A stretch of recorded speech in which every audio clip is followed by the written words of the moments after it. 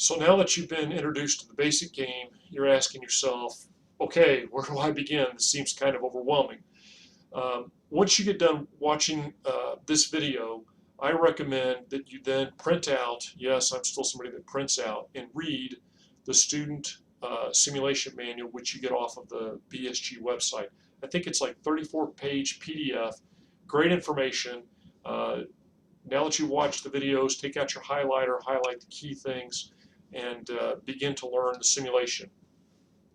The next thing we're going to do is do a practice run in the next class. I would like for at least one team member per team to bring a laptop, and really you'll only need one because I want you to be working off the same laptop.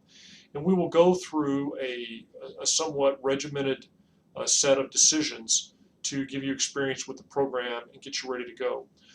Also, before round one, before the class where we're going to do round one, there is an online quiz that everybody has to take, not just one per team. Each person has to take. And that quiz is simply another tool that I use to force you to get in and get familiar with the simulation. And also it gives you an easy 100% if you get all the questions right. It's open book. You have like 90 minutes to take the quiz, so plenty of time to look up answers. And it's strictly a tool to help you learn the simulation a little bit better. When you get done with the practice round, you're going to need to look at each other on your team and decide, okay, what position do we want to try for our initial strategy? It's that Chapter 5 stuff that we have been talking about in the course. I've seen two general philosophies on this. The first is some people step out and they know what they want to do and they step out and they try to execute it. I've seen also some people who say, you know, I'm really not sure where people are going to go, so I think I'm just going to stay pretty close to the starting position of a 5-star shoe with this many models and that, and just kind of figure out where the market goes. I've seen both of them work well. The one thing I would encourage you not to do is don't make a huge jump to a 10-star shoe or a 1-star shoe right from the get-go. If your goal is to get to 10 stars or 1 stars, okay, but maybe go halfway the first time in round one and see what's going on. And then once you've decided on your position, think about your value chain and what you need to do to get fit. And part of getting fit, you're going to see there's going to be some trade-offs. You're going to do less of something so you can do more of something else, because if you try to do everything, your costs are going to be so unbelievably out of control, I guarantee you, you're going to lose money. On the slide, you see the key tasks. And what I recommend is within your 2-person team, you develop some areas of specialization. The first point is just a recommendation. I know that this is a virtual world and people don't like to keep copies of stuff, but I recommend you print stuff out and keep a copy of it. In fact, what I do when I'm looking through the simulation is I print stuff out and I do all my thinking, if you will, off of the paper. So if I were in your shoes, I would print stuff out, analyze what's going on paper, and only after I've kind of made all my decisions would I log back into the computer and start making changes into the screen and going from there. So I believe in printing out your copies and keeping them. I just keep a binder throughout the course of the simulation with all my printouts in it. Here are some of the key tasks. Competitor intelligence. You're going to hear me emphasize this several times. You've got to know what other people are doing in the marketplace. And you're going to have to, if you will, fingerprint your leading rivals so that you can beat them to the punch. And then you're going to have to make those strategy decisions. Where are we going to go with our position? Are we going to change? Is it working? Are we going to cut our advertising? Are we going to increase our advertising? You're going to have to make some overall big picture strategic adjustments, and you do that by having a really good feel for where the market is going. I recommend one person specialize in product design because you're going to want to drive out as much cost as you can. So once you decide we want to have a 3-star shoe, have one person specialize in how to build the cheapest 3-star shoe. Marketing, again, have somebody, once you've made general decisions as to how you're going to do things, have somebody be really expert in that area, and they can also advise on the strategic. One of you need to be a specialist in production. Lots of money, needless to say, involved in the production and the warehousing and the distribution, and probably somebody needs to specialize in that. And lastly, in the financial decisions. So I would divvy those up as to the strategy. I wouldn't divvy up, but the design, marketing, promotions, and financial, I would divvy up. So two of you take two of those, and you're going to have to get good in those areas. So here comes the advice. You've heard me say it several times. It just is important. Position, trade-offs, fit. Do not waste 1 second of time searching for the golden position, because it doesn't exist, depending on what your competitors do. I'll show you this more when I do the on-screen tutorial or the on-screen video, but the branded sales forecast screen is really, really important for several reasons. One, this is the tool you're going to use to decide your production, how many shoes you're going to produce. And getting your production right is key, because if you underproduce your shoes, then that was money left on the table, if you will. If there was demand for your shoes and you weren't producing to meet it, then you left money on the table. You it also stimulated demand for your competitors, and they sold extra shoes that they wouldn't have sold had you had the shoes to sell. So you hurt yourself and you help your competitors. That's not a good deal. Worse still, though, is overproducing shoes. If you produce a bunch of extra shoes, you'll read about it in the manual, they lose 1 star the next year, and even though the costs don't show up that year, the year that you overproduced them, the way the program works is it holds the production costs out of your results if the shoes were unsold. But they're sitting there. They're now cheaper, and we'll talk more about this later because some of you will end up in this situation. There is no good way to get rid of those excess shoes. It's a matter of what is my least bad option. So getting the production right is key. The second thing about the branded sales forecast is it really is the algorithm where it uses the same algorithm that the computer ultimately uses to apportion the shoes. So this is a great place for you to do some trade space. Let's assume I'm going to spend an extra $1 million. Would it be better to spend that $1 million by cutting my price, or by putting $1 million into advertising, or by putting in a mail-in rebate that's going to cost me $1 million? So this is somewhere where you can go in and actually test out how can you optimize your offering so that it will be the best it can be vis-a-vis your competitors. We'll spend a lot of time on this in the practice round because it really is key. And then again, this is something I'll emphasize in the practice round. You're going to have to go through the decision screens once to kind of get things close, and you almost always have to go back again a second time to tweak everything and get it optimized. On the bottom of the screens, you will see printouts for earnings per share and those sorts of things. There's a tremendous temptation to get into that screen and start going click, click, click, click, click, click, click, click, click, click. Oh, EPS up, down, EPS up, good, EPS down, bad. In the long run, that's going to kill you. Position, trade-offs, fit. Have a reason for what you're doing as you go in. Now, if you make through all your decisions, you go, okay, there we go, and the earnings per share is not what it needs to be, well, then you need to go back and rethink what you've just done. What I don't want you to do is just mindlessly clicking, oh, EPS up, EPS down, do more of that, less of that, whatever. Make your decision in concert with your strategy, and then look at the earnings per share and say, that's not very good. I need to rethink what I'm doing. You cannot afford to ignore your competitors, and if you start off badly, don't get down.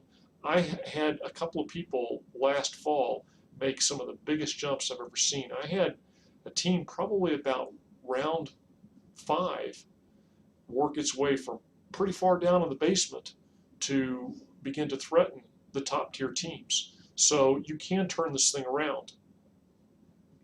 Again, I encourage you not to spend a great amount of time worrying about Investor expectations. You want to maximize your money. You should be beating your goal should be to beat the investor expectations, to be sure, but focus on what's going to make money, and all that other stuff will magically align.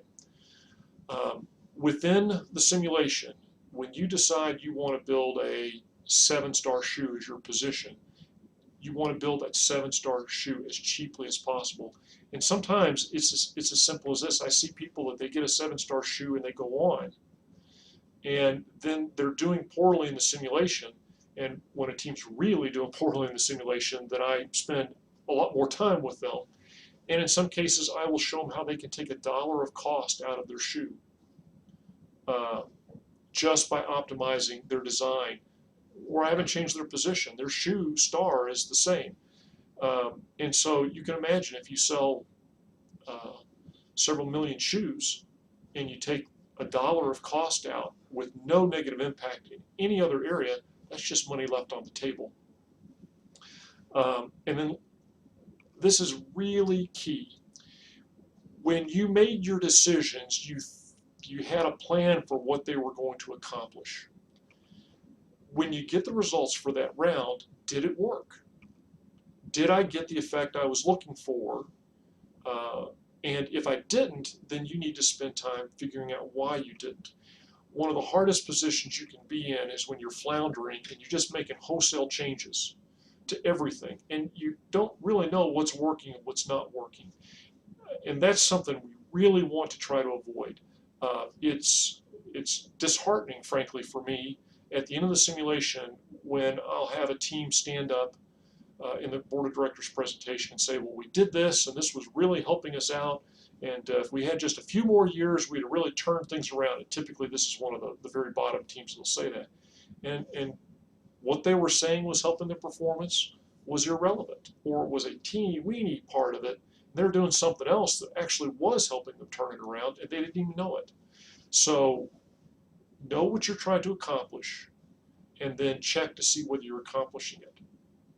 And that fits it into this next bullet. You've got to figure out what's working and do more of that, and what's not working and do less of that. And unless you understand what you're trying to achieve and what parameters affect what, you're not going to be able to do that.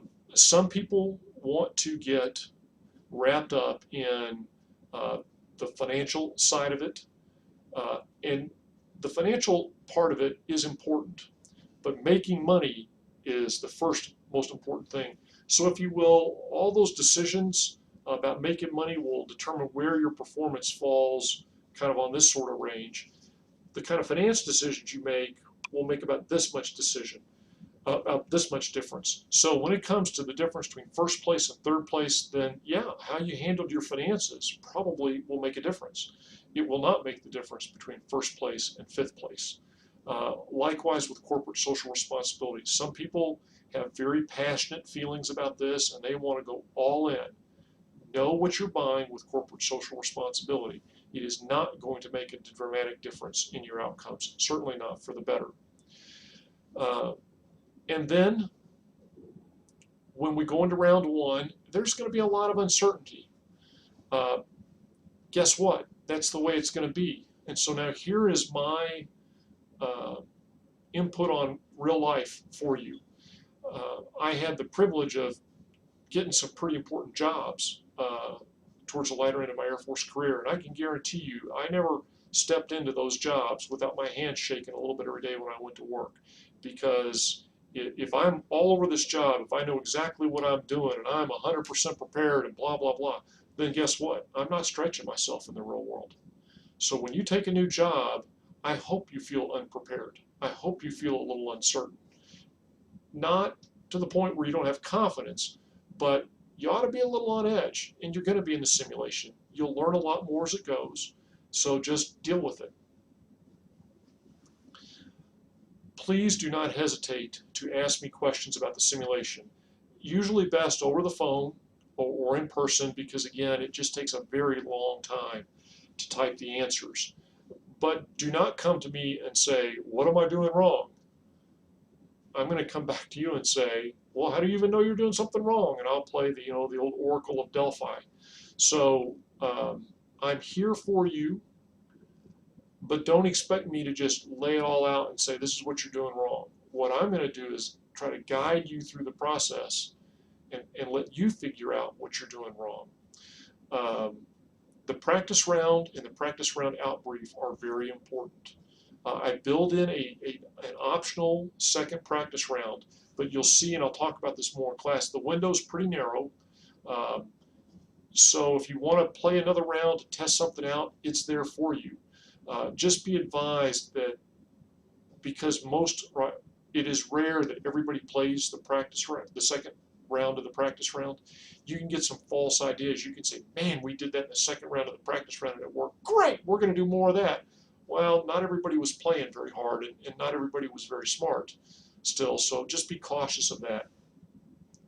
During the semester, I'm going to sit down with every team and have what I call an informal chairman of the board meeting.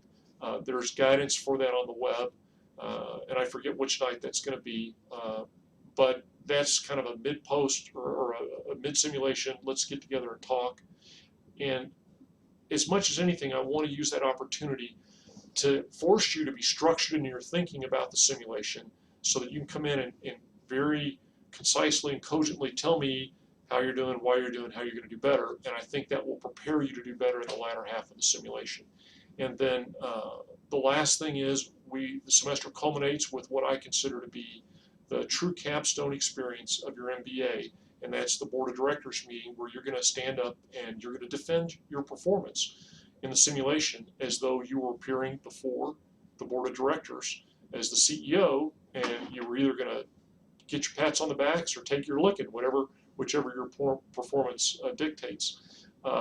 What I do is I invite in the general managers, senior operations person on site, whatever title you want to call them, for a lot of the manufacturing firms around Wichita Falls. So these are people that do on a daily basis what you're going to have to do in the simulation, except they do it for real. And that is a fantastic opportunity because you're going to have to present, field questions, and you can't fool these people. Even though they don't know the simulation, they do know business, and the simulation mirrors business, so they can look at your slides and get a pretty good feeling for what you did do right and what you didn't do right, and they're going to ask you questions. But this is, if you will, a capstone experience, and I think it sums up your MBA. You're going to have to present. You're going to have to decide what's important because you only get 10 minutes to make that presentation, and you're going to have a lot of analysis and understanding of business issues to adequately get through that. It is a great night. It's a celebratory night. You're happy when it's over, but I think at the end, this will help you crystallize what you really learned through BSG and also through your MBA. I think that's my last slide. Yep, it is. So I'm going to turn this off, and then I'll be making one more video as I walk you through the screens and introduce you to each of the screens. See you then.